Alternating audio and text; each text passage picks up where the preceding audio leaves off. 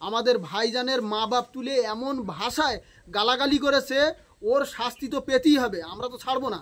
আমরা আইনি মাধ্যমে ওর শাস্তি পেতেই হবে। ওকে কে বাঁচায় আমরা দেখবো আগামী দিন।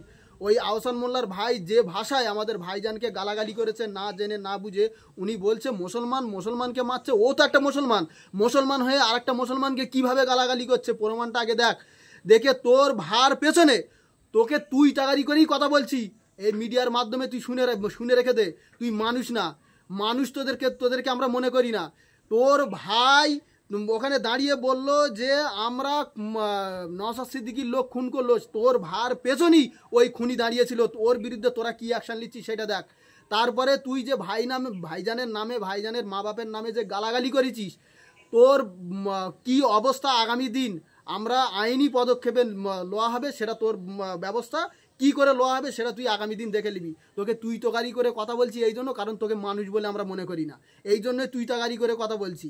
আর যে গুন্ডাটা ওর পেছনে দাঁড়িয়েছিল সেই খুন করেছে, আমরা সেদিনই বলেছিলাম যে যারা মার্ডার করেছে তারা ওই ভিড়ের মধ্যে মার্ডার করে এসে ভিড়ের মধ্যে মিশে গেছে।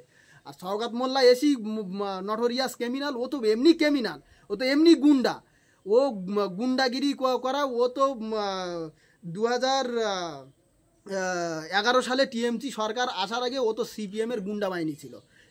সেই সিপিএম সরকার যখন থাকে মমতা ব্যানার্জির স্টেজেও বোম মেরেছিল। সে ওই টিএমসি দলের ওই অঞ্চলের নেতৃত্ব, সামনের সারির নেতৃত্ব, তিনি প্রথম গ্রেপ্তার হয়েছে। প্রথম বলি আমরা এতদিন, আপনি প্রথমে বলেছেন যে কয়েকদিন আগে, আমরা এতদিন মুখ খুলিনি কেন? আমরা একটু দেখতে চাইছিলাম যে কারা, কোন ক্রিমিনালগুলো এই মার্ডারটা করলো, এই খুনটা করলো, কারা করলো, আমরা একটু দেখতে চাইছিলাম। যেদিন বৃহস্পতিবার রাতের বেলা যেদিন মার্ডারটা হয়েছে, সেখানে মার্ডার হওয়ার পরই টিএমসির বড় বড় নেতা, এমএলএ, জেলা পরিষদ, ভাঙড়ের যত নেতা, সব চোর গুন্ডা আছে, তারা সবাই ওখানে হাজির। গিয়ে কোনো দেখা দেখির কোনো দোষ নেই, যে মানে আমাদের একটা নেতৃত্ব মার্ডার হয়ে গেছে, যে একটা শোকাহত, একটা দুঃখ বেদনা জানাবে, ওতে কোনো দোষ নেই।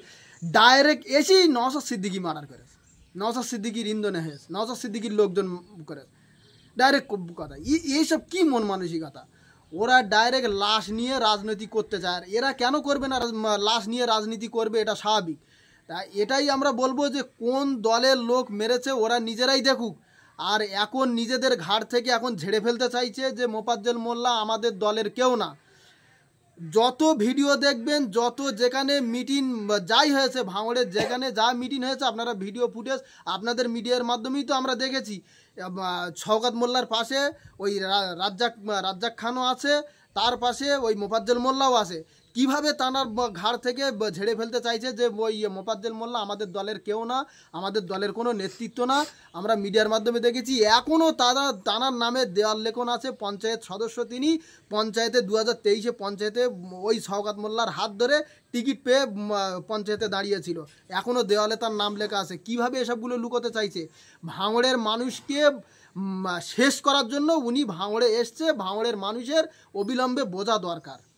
সূত্র মারফত খবর পেয়েছি যে আহসান মোল্লা যখনই মিডিয়া জিজ্ঞাসা করলো, উনিও বলছে যে নওশাদ সিদ্দিকী আইএসএফের দুষ্কৃতীরা রাজ্জাককে কুপিয়ে গুলি করে খুন করে মেরে দিয়েছে। ওই আহসান মোল্লাই বলছিল। আর আমরা দেখেছি একদম পুরো আহসান মোল্লার গায়ে, আহসান মোল্লার পাশেই ওই খুনি দাঁড়িয়েছিল। আর এখন বলছে যে ওনাকে আমরা চিনতে পারছি না। আবার ওই আহসান মোল্লা